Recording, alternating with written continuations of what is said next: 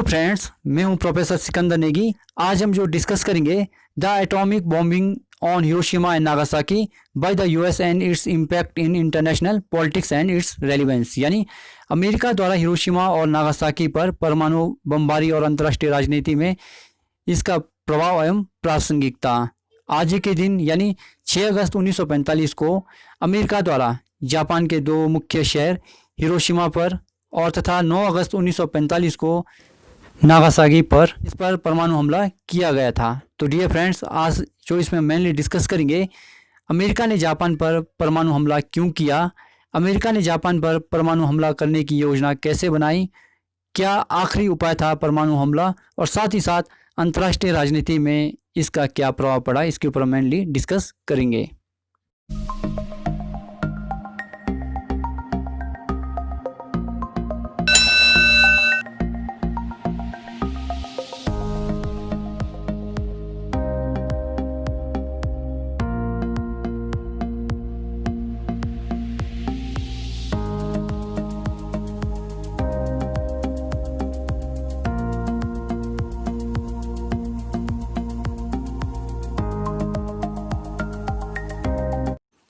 आज से 75 वर्ष पहले अमेरिका ने जापान के हिरोशिमा और नागासाकी शहरों में परमाणु बम गिराए थे। इस बमबारी के पहले 2 से 4 महीनों के भीतर हिरोशिमा में 90,000 से 1,60,000 और नागासाकी में 60,000 से 80,000 लोग मारे गए थे।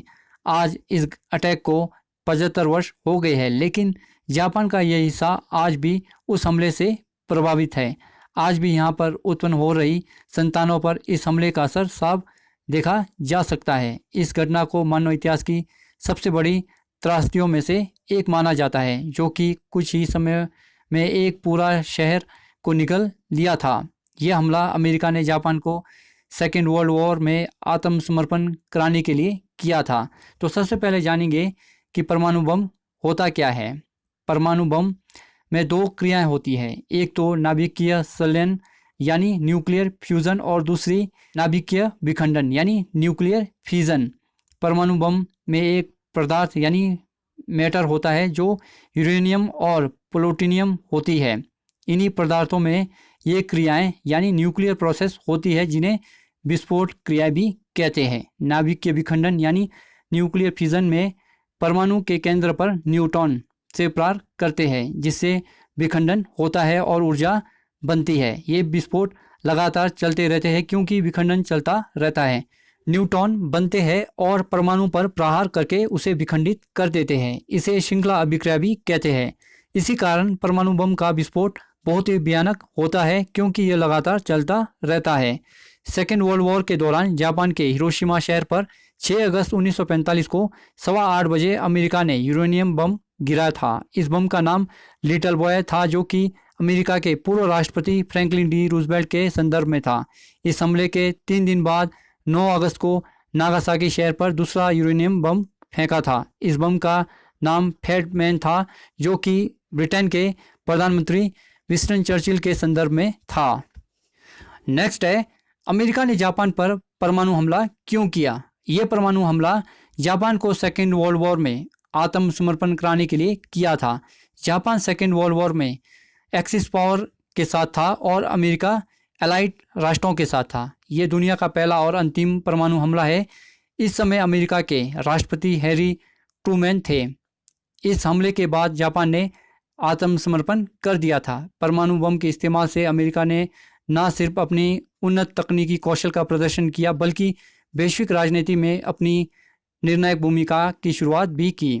जानकारों के मुताबिक अमेरिका हिरोशिमा और नागासाकी पर परमाणु बम गिराकर किसी शहर के ऊपर इस बम का टेस्ट करना चाहता था। उसने जापान की राजधानी टोक्यो पर हमला इसलिए नहीं किया क्योंकि वहाँ वो पहले ही काफ़ी बमबारी हो चुकी थी। ऐसे में परमाणु बम से होने वाली तबाही और पहले से हुई तबाही में अंतर कर पाना मुश्किल होता। एक और जापानी शहर क्योटो पर भी परमाणु बम गिराने की योजना इसलिए टली क्योंकि वहाँ एक टॉप अमेरिका अधिकारी सेक्रेटरी ऑफ वॉर हेनरी सिटमेंसन ने अपना हनीमून मनाया था। वो नहीं चाहते थे कि शहर को सांस्कृतिक धरोहर को नुकसान पहुंचाया जाए, इसलिए हिरोशिमा और नागासाकी को चुना गया। नेक्स्ट है, अमेरिका ने जापान पर परमाणु हमला करने की योजना कैसे बनाई। 1945 की गर्मियों के अंतिम महीनों में पोट्सडैम शांति सम्मेलन के दौरान अमेरिकी राष्ट्रपति हैरी ट्रूमैन ने इस बात का ऐलान किया कि अमेरिका के पास एक नया सुपर पावर हथियार है। कहा जा रहा था कि ट्रूमैन इस जुमले को कहकर सोवियत नेता जोसेफ स्टॉलिन की आंखों में डर और खौफ को देखना चाहते थे, इसलिए स्टॉलिन ने ऐसा प्रभाव दिया जैसे कि कुछ भी नहीं हुआ हो।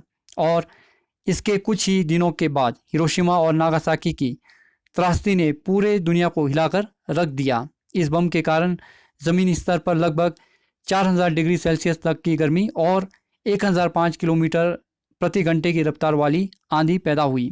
इस बम में 6.4 किलोग्राम प्लूटोनियम था। यह परमाणु बम तकरीबन 4000 किलोग्राम का था। कहा जाता था कि अगर जापान 14 अगस्त को सरेंडर नहीं करता तो अमेरिका 19 अगस्त को एक और शहर पर परमाणु बम गिराने की योजना बना रहा था। नेक्स्ट है, आखिरी उपाय था क्या परमाणु हमला। रशिया के हवाले से रिपोर्ट में उल्लेख किया गया कि अमेरिकी सेना को यह महसूस होने लगा था कि बगैर परमाणु बम के इस्तेमाल के उसके लिए युद्ध जीतना मुमकिन नहीं था। मेयर के अनुसार इतिहासकारों का मानना रहा है कि विश्व युद्ध में सोवियत यूनियन का कूद पड़ना युद्ध को जल्द से जल्द ख़त्म करने के लिए अमेरिका को उकसाने वाला कारण रहा है। रशिया का कहना था कि परमाणु बम के इस्तेमाल को लेकर जब सहमति बन गई थी तब जापान में 4 ठिकानों को चिन्हित किया गया था जहां हमला किया जा सकता था। इन 4 में से कहां परमाणु बम गिराना था, इसका फैसला ट्रूमैन ने सेना पर छोड़ा था। हिरोशिमा के सैन्य महत्व को देखते हुए सेना ने इस शहर को चुना। 6 अगस्त 1945 को हिरोशिमा पर परमाणु बम गिराया गया था और 9 अगस्त को नागासाकी पर। नेक्स्ट है, हिरोशिमा पर पहला परमाणु हमला। परमाणु बम गिराने के लिए हिरोशिमा को इसलिए निशाना बनाया गया था क्योंकि अमेरिका वायुसेना के हमलों में इसे टारगेट नहीं किया गया था। ऐसे में परमाणु बम की विध्वंस क्षमता का पता लगाना आसान होता। यह जापान का अहम सैन्य ठिकाना भी था। इसके अलावा ज़्यादा आबादी वाले द्वीपों को निशाना बनाने से परहेज किया गया था। नेक्स्ट है, हिरोशिमा में कैसा गिराया गया था परमाणु बम। 6 अगस्त 1945 को अमेरिकी B-29 बॉम्बर एयरक्राफ्ट यानी बम वर्षक विमान ने हिरोशिमा पर परमाणु बम गिराया था। बम को पैराशूट के जरिए गिराया गया था और ज़मीन से 580 मीटर की ऊंचाई पर विस्फोट किया गया। इस विस्फोट के चलते 10 वर्ग किलोमीटर के क्षेत्र में गहरे गड्ढे बन गए। B-29 बम वर्षक विमान के चालक दल में शामिल 12 लोगों में पॉल W. तिबेट्स, सह चालक थियोटर J. वॉन किर्क और शस्त्र अधिकारी मॉरिस जेप्सन थे। मॉरिस जेप्सन वो व्यक्ति थे जिनके हाथों में आखिरी बार लिटिल बॉय था। इस मिशन का कमान पायलट कर्नल पॉल W. तिबेट्स के हाथ में थी। वो कहते हैं कुछ ऐसा था कि जिसकी कल्पना भी नहीं की जा सकती थी, क्योंकि कहूँ बम गिराने के बाद चंद सेकंड के लिए मैंने पायलट कर उसे देखा और आगे चल दिया। नेक्स्ट है, विस्फोट के बाद का मंजर कैसा था। विस्फोट के बाद हिरोशिमा में जगह जगह आग लग गई थी। ये आग 3 दिनों तक जारी रही। विस्फोट होते ही 60,000 से 80,000 लोगों की मौत तुरंत हो गई। बम धमाके के बाद इतनी गर्मी थी कि लोग सीधे ही जल गए। इसके बाद हज़ारों लोग न्यूक्लियर रेडिएशन संबंधी बीमारियों के चलते मारे गए। इस विस्फोट में कुल 1,35,000 लोगों की मौत हुई थी।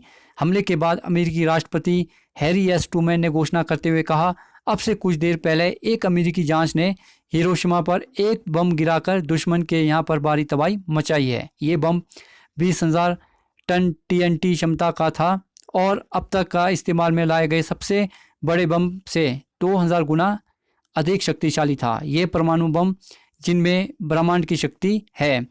बम हिरोशिमा के तय जगह पर नहीं गिराया जा सका था। ये हिरोशिमा के आइयो ब्रिज के पास गिरने वाला था, मगर उल्टी दिशा में बह रहे हवा के कारण ये अपने लक्ष्य से हटकर शीमा सर्जिकल क्लिनिक पर गिरा। कनेर नाम का फूल इस हमले के बाद सबसे पहले खिला था। यह हिरोशिमा का ऑफिशियल फूल है। इस हमले में कुछ पुलिस वालों ने अपनी जान एटॉमिक चमक दिखाने के बाद खास तरीके से छुपाकर बचाई थी। इस प्रक्रिया को डंक एंड कवर कहा जाता है।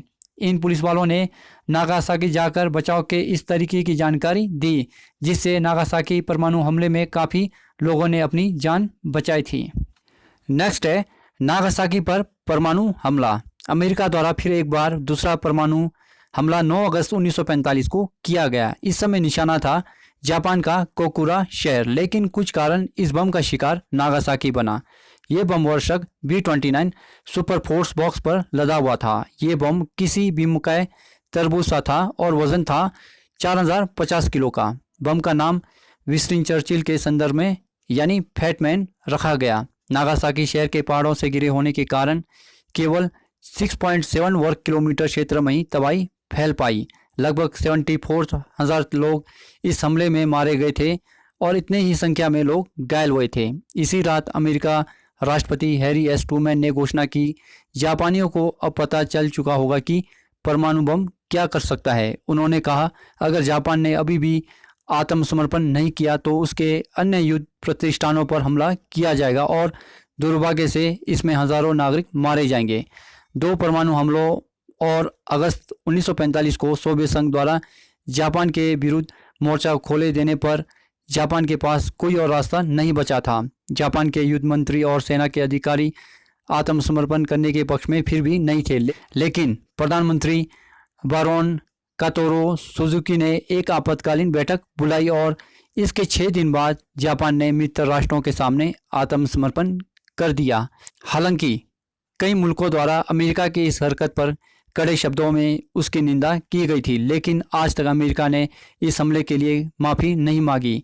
इसकी वजह यह है कि अमेरिका और वहां के लोगों का मानना है कि अमेरिका ने जापान पर परमाणु हमला करके अपने लाखों नागरिकों की जान बचाई और अपने नागरिकों की रक्षा के लिए उठाया गया यह कदम सही था। उनका ये भी मानना है कि अगर अमेरिका ये कदम नहीं उठाता तो जापान सेकेंड वर्ल्ड वॉर की इस जंग को जारी रखता और इससे दोनों ही देशों के और भी ज़्यादा नागरिक मारे जाते। लेकिन ये तर्क खोखले नज़र आते हैं क्योंकि इस हमले में जितने भी लोग मारे गए थे, शायद लड़ाई आगे जारी रहती तो इतने लोग नहीं मारे जाते और अमेरिका सेना का दुश्मनी जापानी सेनाओं से था, ना कि मासूम लोगों से। वर्तमान में ऐसे भी परमाणु हथियार संपन्न राष्ट्र है जो परमाणु शस्त्र की आड़ में अपने पड़ोसी राष्ट्र को डराते हैं तथा अपनी राष्ट्रीय हित का संवर्धन करते हैं, जो नैतिक दृष्टि से उचित नहीं है। आज आवश्यकता इस बात की है कि परमाणु हथियारों के निर्माण में प्रतिबंध लगाकर राष्ट्रों को धीरे धीरे इसमें कटौती कर देनी चाहिए। यदि इसमें कटौती ना की जाए, भविष्य में यदि राष्ट्रों के मध्य युद्ध की संभावना उत्पन्न हो जाए तो परमाणु हथियार का प्रयोग करके पूरे विश्व में प्रलय ला सकता है, जिससे पूरा मानव समाज समाप्त होगा। वर्तमान समय में अमेरिका और रूस के पास परमाणु शस्त्रों के इतने भंडार है कि वो चंद मिनटों में विश्व में व्यापक संकट ला सकते हैं। आज के वर्तमान परिप्रेक्ष्य में निशस्त्रीकरण कार्यक्रम बहुत ही अत्यंत आवश्यक हो गया है। आवश्यकता इस बात की है कि संपूर्ण राष्ट्र को हिरोशिमा और नागासाकी में हुए विध्वंस हमले से हमें बहुत कुछ सीखना चाहिए। सभी राष्ट्र को परमाणु हथियारों को पूर्ण प्रतिबंध लगाकर इसमें धीरे धीरे कटौती कर इसे समाप्त कर देनी चाहिए, जिससे कि अंतर्राष्ट्रीय संबंधों में शक्ति प्रतिस्पर्धा का आगमन भय का माहौल ना बने। संपूर्ण राष्ट्र का दायित्व है कि वो विश्व में शांति अमन का माहौल बनाते रहे।